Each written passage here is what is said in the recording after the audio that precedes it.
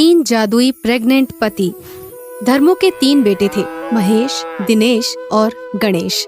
उनकी शादी को कई बरस हो गए थे, मगर अभी तक उसकी तीनों बहुओं में से किसी को भी बच्चा नहीं हुआ था।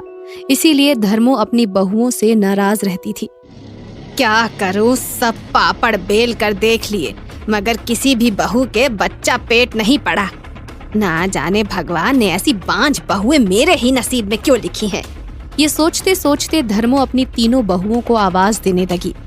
अरे अनीता, मनीषा, वो सविता, तीनों इधर आओ। नाशपीटियों, इधर आओ। धर्मो की आवाज सुनते ही तीनों बहुएं दौड़ती हुई उसके पास आकर खड़ी हो जाती हैं। बोलो सासू माँ, क्या बोल रही हो? माँ जी, आपकी तबीयत तो ठीक है ना? मेरी तो तबीयत ठीक है, लगता है तुम तीनों की तबीयत खराब है। नसीब फोड़ दिए हैं मेरे। इतने साल ब्याह को हो गया और अभी तक एक बच्चा तो दूर, चूहिया तक पैदा नहीं की है। ये सुनकर सबसे छोटी बहू हंसते हुए बोली, चूहिया वुहिया हमसे ना पैदा हो सकता माँ जी, हम तो डायरेक्ट बच्चा पैदा करेंगी। पर वो दिन कब आएगा? वो हम के बतावें सासू माँ, वो तो भगवान जाने। भगवान नहीं जाने बड़ी बहू, अब तो मैं जानूंगी। तुम तीनों बहनों को इस घर से निकाल कर अपने बेटों की दूसरी शादी करूंगी मैं, दूसरी शादी। हाँ। धर्मो के कहने पर उसके तीनों बेटे अपनी अपनी पत्नियों को रोज परेशान करने लगे। तू तो औरत के नाम पर धब्बा है धब्बा, एक बालक तक तो पैदा नहीं कर सकती। बालक पैदा करना मेरे हाथ में होता तो अब तक पूरी फौज तैयार कर देती। वो तो भगवान देगा तभी होवेगा ना जी। तुम तीनों बहनें तो बांझ औरतें हो, बांझ। तुमको कोई बच्चा पैदा होने वाला नहीं है, समझी? हम बहनें बांझ हैं तो तुम तीनों भाई खुद बच्चा पैदा कर लो ना, हमें कहते ही क्यों हो? चुप कर, मर्द मर्द होते हैं, मर्द बच्चे पैदा करने के लिए नहीं होते हैं। बस कुछ दिन और देख रहा हूँ, अगर अब भी बांझ बनी रही तो तेरी चुटिया पकड़कर घर से बाहर कर दूंगा मैं। इसमें हम क्या कर सकते हैं जी? अगर आप हमका घर से निकाल दिया तो हमारा तो लाइफ बर्बाद हो जाएगी ना। प्लीज ऐसा कभी ना ही करिएगा। इस तरह धर्मो की तीनों बहुएं हमेशा दुखी रहने लगी और एक दिन तीनों बाजार गई तो उन्हें वहाँ उनकी माँ सरिता मिल गई। वे उसे देखते ही रोने लगी। बेटी, तुम इस तरह से रो मत, तुम्हें जो भी दुख है मुझे खुलकर बताओ। माँ के ये पूछने पर उन्होंने उसे सारी बात बता दी और उनकी बातें सुनकर सरिता बोली, तुम तीनों चिंता मत करो, मैं एक ऐसे बाबा को जानती हूँ जिसकी पुड़िया खाते ही बांझ से बांझ औरत माँ बन जाती है। अगले दिन सरिता अपनी तीनों बेटियों को बाबा जी की कुटिया पर लेकर जाती है। वहाँ लोगों की भीड़ लगी थी।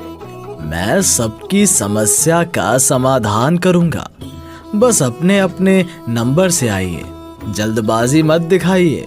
कुछ देर बाद सरिता और उसकी बेटियों का नंबर लगा तो सरिता बोली, बाबा जी, सास और पति मेरी बेटियों को बांझ कह कहकर दुखी रखते हैं, कृपया करके इनके दुख का निवारण कीजिए।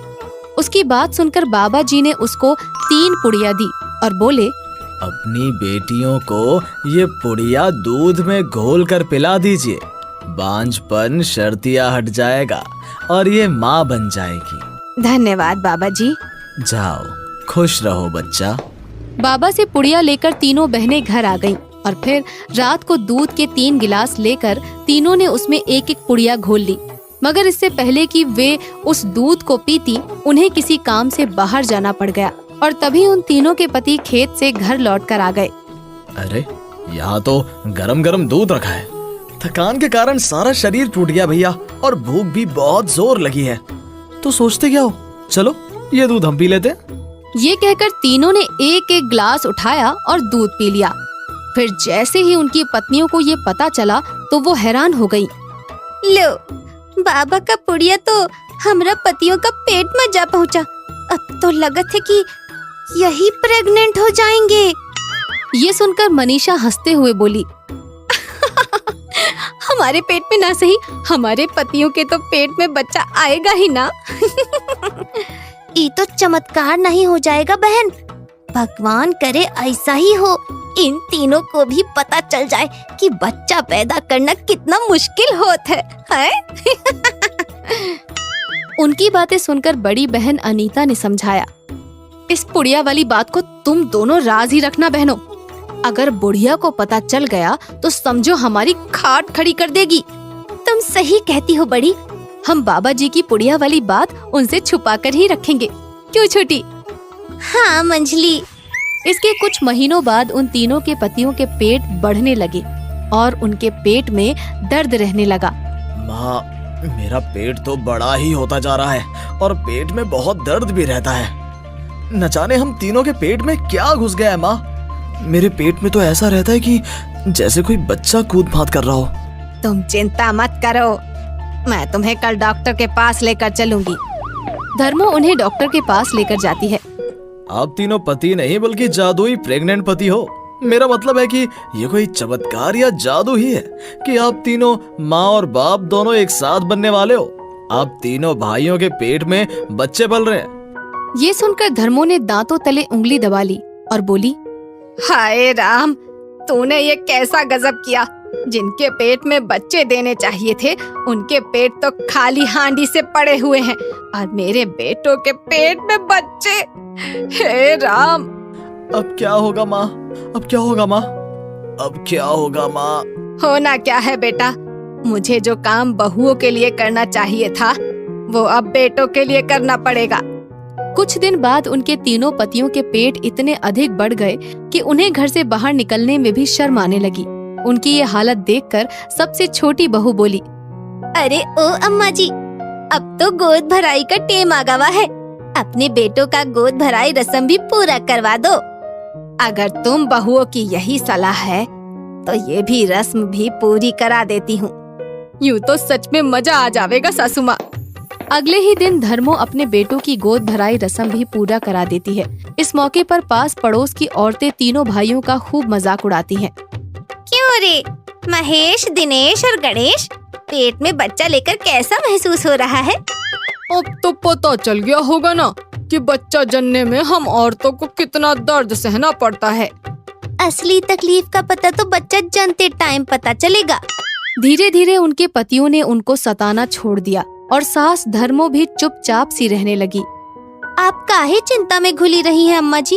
अब तो हम तीनों का पति प्रेग्नेंट और घर में 3-3 पोता आने वाला है। हाँ बस कर बहू, भगवान ने मेरे बेटों का मजाक बना दिया और तुम तीनों उनकी चिंता करने के बजाय हंस रही हो। इसमें हम क्या कर सकती हैं? ये मौका तो उन्हें परमात्मा ने दिया है ना माँ जी। कुछ समय और बीता तो धर्मो के तीनों बेटों का डिलीवरी का टाइम आ गया और धर्मो उन्हें अस्पताल ले गई। अस्पताल में भी सब इन तीनों प्रेग्नेंट पतियों को हैरानी से देख रहे थे। आजकल तो औरतों वाला काम मर्द करने लगे हैं। इन बेचारों ने तो अपनी पत्नियों को बच्चा पैदा करने से मुक्ति ही दे दी। बहुत प्यार करते होंगे ना बेचारे अपनी पत्नियों से, उनको तकलीफ देना ही नहीं चाहते होंगे। अस्पताल में तीनों भाइयों की नॉर्मल डिलीवरी हुई और उन्होंने 3 सुंदर से प्यारे से बच्चे को जन्म दिया और फिर अपनी पत्नियों को बच्चे दिखाते हुए बोले, तुम तीनों बहनें हमें माफ कर देना। हमें अब समझ आ गया कि बच्चा जन्ना आसान काम नहीं है। औरतों को बहुत दर्द सहना पड़ता है। ये हुई ना बात, अब आ गए हो सही लाइन पर। हमका नाज है तुम पर, बहुत ही प्यारे बच्चे पैदा किए हो। हाँ, अब तो माँ जी की गोद में 3-3 पोते खेलेंगे। इस अप्रत्याशित घटना से महेश, दिनेश और गणेश तीनों भाइयों को यह एहसास हो जाता है कि जो काम औरतें करती हैं उन्हें पुरुष के लिए करना बड़ा ही मुश्किल होता है। इसीलिए उस दिन के बाद उन तीनों ने अपनी पत्नियों को अपने बराबर मान सम्मान देना शुरू कर दिया।